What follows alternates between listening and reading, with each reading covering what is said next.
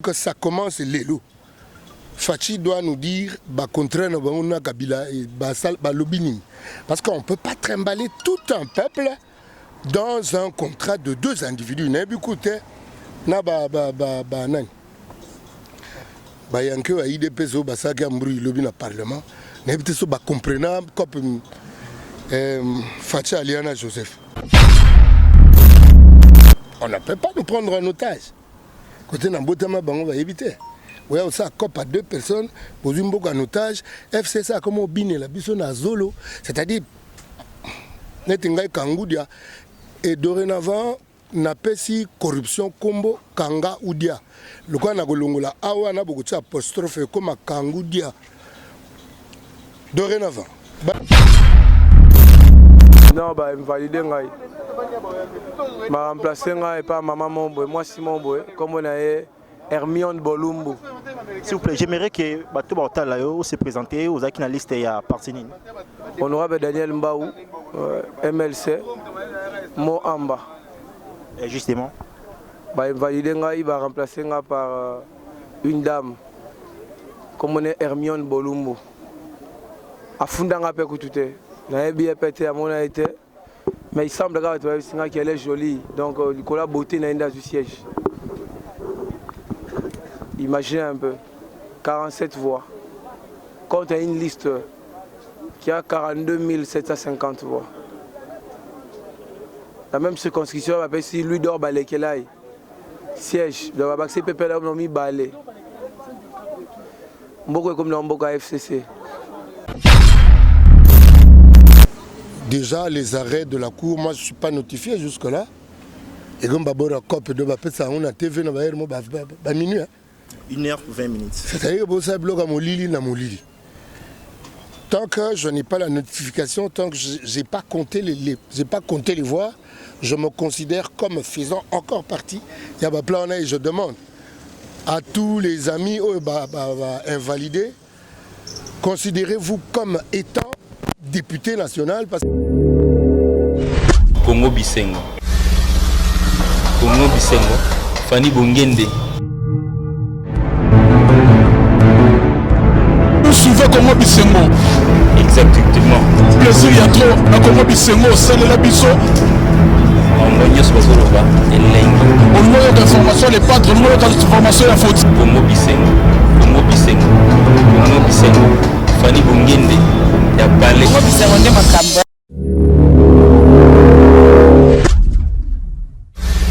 Congo Bisengo Fanny Bongende. Au cœur de l'actualité, Madame Missier, nous revenons avec force pour vous parler de tout ce qui se passe à la République démocratique du Congo, ici de Conché. Aujourd'hui, après la clôture des arrêts de la Cour constitutionnelle, aujourd'hui on est là devant la Cour pour constater, on est avec M. Otobeng Honorable, Jean-Goubal Kalala, Oyo Azako, contesté pour les durées si bas résultats au Estangamaki, il a dit tantôt qu'il y a qui notifié. Les lots ensemble, pourquoi pas aussi avoir d'autres réactions à côté, ça est là pour essayer justement, il y a une idée, il y a tout ce qui se passe ici. Madame ici, restez donc penchée sur Congo Bisengo TV pour être informé de tout sauf rien. Suivez ces différentes interventions. L'arrêt de la Cour constitutionnelle à Ilé cette nuit, c'est quoi votre impression justement? La Cour constitutionnelle ainsi que le FCC sont en train de se moquer de vous, du Congo, de nous. Déjà, les arrêts de la Cour, moi je ne suis pas notifié jusque-là. Et comme Babora Cop de Bapesa, on a TV, on a minuit. 1h20. C'est-à-dire que ça bloque à mon Lili, na mon Lili. Tant que je n'ai pas la notification, tant que je n'ai pas compté les voix, je me considère comme faisant encore partie. Il y a un plan et je demande à tous les amis invalidés, considérez-vous comme étant député national parce que FCC commence à nous importuner. Bon, quoi importuner, on peut le mousser, ils bien. Moni, tango, namboka pharaon. Pharaon a tembe. Mon Colombéba, j'ai comme l'impression que ça commence l'élo. Fachi doit nous dire contraire na Kabila et lobbying. Parce qu'on ne peut pas trimballer tout un peuple dans un contrat de 2 individus. Écoutez, na nani bayanke wa IDP so basaki ambru lobi na parlement n'habite so ba comprenant comme Facha Aliana Joseph. On ne peut pas nous prendre en otage. Côté Nambotama bango va éviter. Ouais, on ça coupe à 2 personnes pour une boucle en otage. FCC a comme bine la biso na zolo, c'est-à-dire netingai Kangoudia et dorénavant na pesi corruption combo Kanga Oudia. Le quoi na golongola awa na beaucoup de apostrophe comme Kangoudia. Dorénavant, bana kini boye ba to pesi corruption combo Kanga Oudia. Monde ba pesa mbote ya likasu na ba nani na ba roulage ba lobani Kanga Oudia. Alors on va poser question. Ouais, justement, d'après Mamezoula Wanakoloa, vous serez justement qui disait que vous serez trouvé qui n'a 2 listes. Il y a un qui est fiancé, pourquoi pas invalidation? La liste, tout ce qui est la dynamique de l'opposition. S'il y a parmi les cerveaux, il y a dynamique de l'opposition, Didier Moumenga na tout ce. Au moins Didier Moumenga sali na FCC. Au moins Didier Moumenga sali na PPRD. Le tout ce qui est un mouvement Didier Moumenga. Vrai ou faux, on se retrouver dans des listes. C'est faux. C'est faux. Oui. Justement, après, procédure aux alanines. Parce qu'on sait bien que l'arrêt de la... Qui va décider de Kolongolanga, c'est Kangoudia. Il me choisit comme une chemise dans une boutique. Moi, je dois enlever Jean Goubal. Vous savez que c'est ce qu'il a dit depuis que le résultat est bima. J'ai fait des émissions pour... Oh non, ça déjà est en goutte. On a un chanteur. Hein? C'est-à-dire que Nazo Kena Okoma Banzembu. Bino pe faute na mino bo message trop na banzembu qui atala quoi mais on vous sensibilise, c'est la pensée qui doit faire la première révolution, c'est la pensée. Alors par rapport à ninga parce que ba mona ngoti amonango bango ba maillon fort ya wapi ya koteni un petit pays le quoi Rwanda ko beta so ba maillon fort ba ke beta Rwanda. C'est le Rwanda qui nous dirige. C'est-à-dire peut-être que ba invalider les biso na Rwanda. Tant que vous ne comprendrez pas que FCC va jouer jeu à Rwanda, c'est-à-dire, comment on va bien la haute trahison. Les gens qui vendent leur pays à un autre pays, ces gens-là jouent le jeu de la haute trahison. C'est-à-dire que haute trahison, ils ont peine, ils ont peine capitale. Normalement, FCC est Mobimba. Parce qu'il y a une peine, parce qu'il y a une sanction, il y a peuple. Nalinga batu baza simana ngate nga toza pembeni elongo baoya bazoya mouvement bandi. La presse, on est venu justement vous couvrir. Parce que tu veux te couvrir. Non, on n'est pas derrière vous. C'est pas une complaisance en fait. Tu veux te couvrir. Okay. Être derrière vous, c'est trop dur. Le auto à la Mike Mkebai. À lobby, Baroti Kate, se laisser faire. On a bien non. À lobby Ninke, Bazo compter, initier l'action des grandes envergure la terre. Est-ce que vous serez ensemble dès lors qu'on sait que Yona Bango est à la... Non, on parle de la Mouka. Est-ce que vous serez associé justement à la action Africano, il est temps que tu te réveilles. Il faut que tu travailles. Réveille Ngobani. La Mouka. La Mouka Banakala. Vous serez ensemble. Moi, j'ai toujours été là pour la lutte. La lutte pour l'éveil de la conscience. Parce que ce qui nous endort, quand on parle de la Mouka, on parle de la conscience qui dort. Quand on parle de Tosekwa, on parle de la conscience qui est morte, Koutou. Voilà. Monsieur Jean Goubal, mais les arrêts de la cour sont irrévocables. Qu'est-ce que vous comptez faire? Beaucoup de recours, beaucoup de recours. Mais arrêt en la cour, on a bien en place salamité. Notifié. Quand on a introduit la requête, il était question qu'on recompta les voix. On n'a pas fait ça. So babani mama ko recompter ba voix, et puis côté to obima. Ka kuro yo mutebo ya ko recompter ba voix, kure comment recompter ba voix, ba recompter on a bisoté. On n'était pas présent le temps où va sali bino ye osamba batumi balé, ba kati makamu na bino na film. Si ba benga bino malé. Na comment ba sango ya koyoka. ba reconter non ba voix ko ba ko reconter ni oso ba boya ka wana.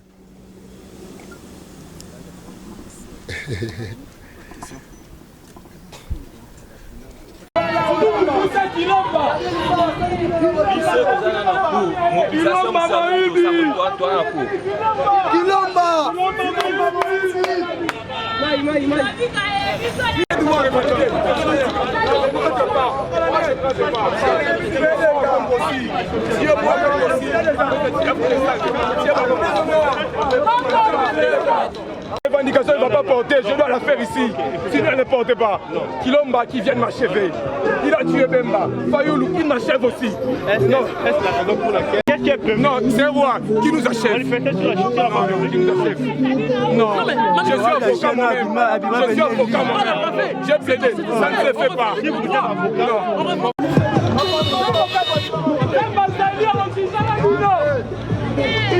C'est ça la cour fonctionnaire, voilà.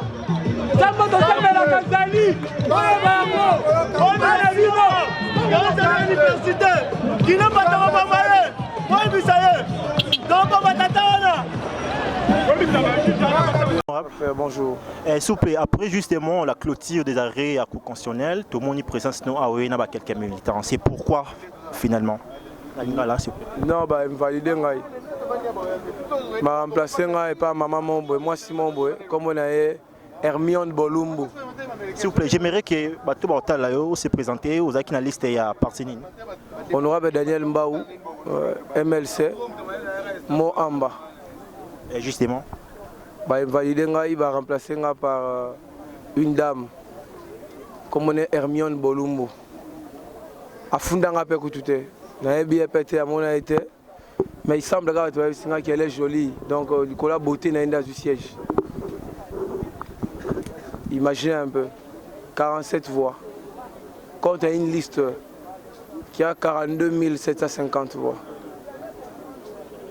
La même circonscription, on appelle si lui dort balé qu'elle aille. Siège, le Babaxé Pépé là, on a mis balé. Beaucoup comme dans Mboka FCC. Nakash. Il y a une position. Bon, il y a un kaka. On a expliqué que justice en Zambézal. Nous avons accosté dans le Parlement. On a postulé. Tu gagneras avec la force que tu as. Je sais qu'il ne ment pas. Ceux qui vont résister contre la justice en Zambé, Dieu va frapper. Justement, c'est quoi la démarche? Parce que tu poses à juriste. Oui, bien que l'arrêt. C'est inattaquable, sauf conformément à ce que 74 Kenkis, on peut faire un recours en rectification pour un matériel ou en interprétation. Mais vous allez devant qui? Devant les mêmes personnes qui vous ont invalidé. Et pour quel fait? Les faits qui n'existent pas pour lesquels on vous a invalidé. Je me sens désemparé. Bravo la Cour. La Cour a rendu son arrêt. Ce sont les hauts magistrats. Je respecte la Cour. Bravo la Cour. Il n'y a que Dieu au-dessus de la Cour. Mais pour Nanga, je me dis que Balongo Linde quitte Nzambe na Parlement. Balongo quitte Nzambe a Simon Amba na Parlement. Le monde est vide pour Damouana ou à 47 fois Bolumbo. Avant d'aller à Funa. Avant d'atteindre même pas seuil. Que Dieu fasse le sommet. Merci beaucoup. Parmi vos interventions, s'il vous plaît, vous avez cité FCC Nakash. Pendant qu'on sait que le président Ouaza na pouvoir, c'est Félix Tshisekedi, il y a un membre, il y a Kash. Pourquoi dans besoin d'entendre si ça a toujours allusion, il y a Félix, Kabila, vous faites toujours ces mélanges. C'est dit à quoi finalement? Mais papa, on est où là? Le président de la République d'Ambogolan. Bisous de vérité des yeux, qui va principe électoral. Namboka, si ça ne va pas, on responsabilise les premiers citoyens entre guillemets. Il y a qu'on va ta cour et ça mamba boy. Bazo qu'on lamine l'opposition mobimba. Opposition a été parce qu'elle a un objectif de faire des réformes constitutionnelles. Le peuple qui a noté, il va changer de constitution. Pour les vieux et les moutouazons. Parmi les moutouazons, alors que le peuple n'a pas confié pour changer de quota. On doit déterminer. Tout ce qui est sur Boganza, mais on sait que le peuple gagne toujours. On était avec mon corps a frappé, ou a invalidé Daniel Safou. Il y a lobby à Kotikate, bazo qu'envisager l'action de grande envergure. Est-ce que vous êtes de mèche dans vos propos ou bien Papa, il y a que la lutte qui libère. Toi, esclave dans Mboka Abisso. Monsieur Ngaloba qui sont qui Félix Andima qui résultat. Kabila serait parti avec ces gens. Le coup a une nomination. D'être aussi bien, aussi bien. Nomination? Papa, je pèse mes mots. Mais madame a remplacé bah élu et tout va nommer. Bah nommer. Un jour quand moi j'étais président et mon soeur quand FCT baro invalidé. Cours kako. Par ça arrivement puis va imposer ba soda et sili. Cours kako. Et comme danger public. Donc il y aura des actions, vous l'affirmez. Papa, effectivement on a aussi l'action. Nami bomba. Bah invalidé nga sani. Non, ça va action. Action munene na tiki bango na kabana maboko nzambe. Ye a frappaka koleka obiso to kanisa. Nzambe. Basaka na ida. Tant na kota parlement cha maboko boy na prière. Na dédié les statuts mokil mombemona et ça tout du monde. Ba yebi ke moi no aye pour na changement. Nzambe la tinde me ba défier nzambe. Ba défier nzambe te papa. Ba défier nzambe te. Par contre, ça candidat soit député Moussou Oyo Bayaki na volontaire, on a la volontaire, on a la chaté. Nzambe. Merci. Les bonnes choses ne disent jamais, madame et messieurs, comme dit-on, oui, aujourd'hui là, tout a assisté justement à propos Oyo, les députés Jean-Gobal Kalala a outil faire savoir biso, à l'obi à la qui notifié, à Yebi Maram Oyote, à la notifier ou pas, on ne sait jamais. Je crois que notre cabine mingi beau commenter, bah intervention. Quant à moi, je vous dis, restez branchés sur ces chaînes.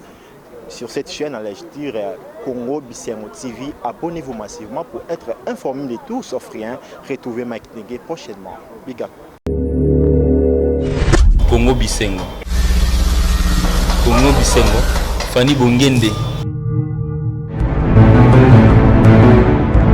Vous suivez Congo Bisengo. Exactement. Plaisir, il y a trop. À Congo Bisengo, c'est le labisso. On moyen d'information, les pattes, on moyen d'information, la faute. Congo Bisengo. Congo Bisengo. Congo Bisengo. Fanny Bongende. Ya Balé. Congo Bisengo nde makambo.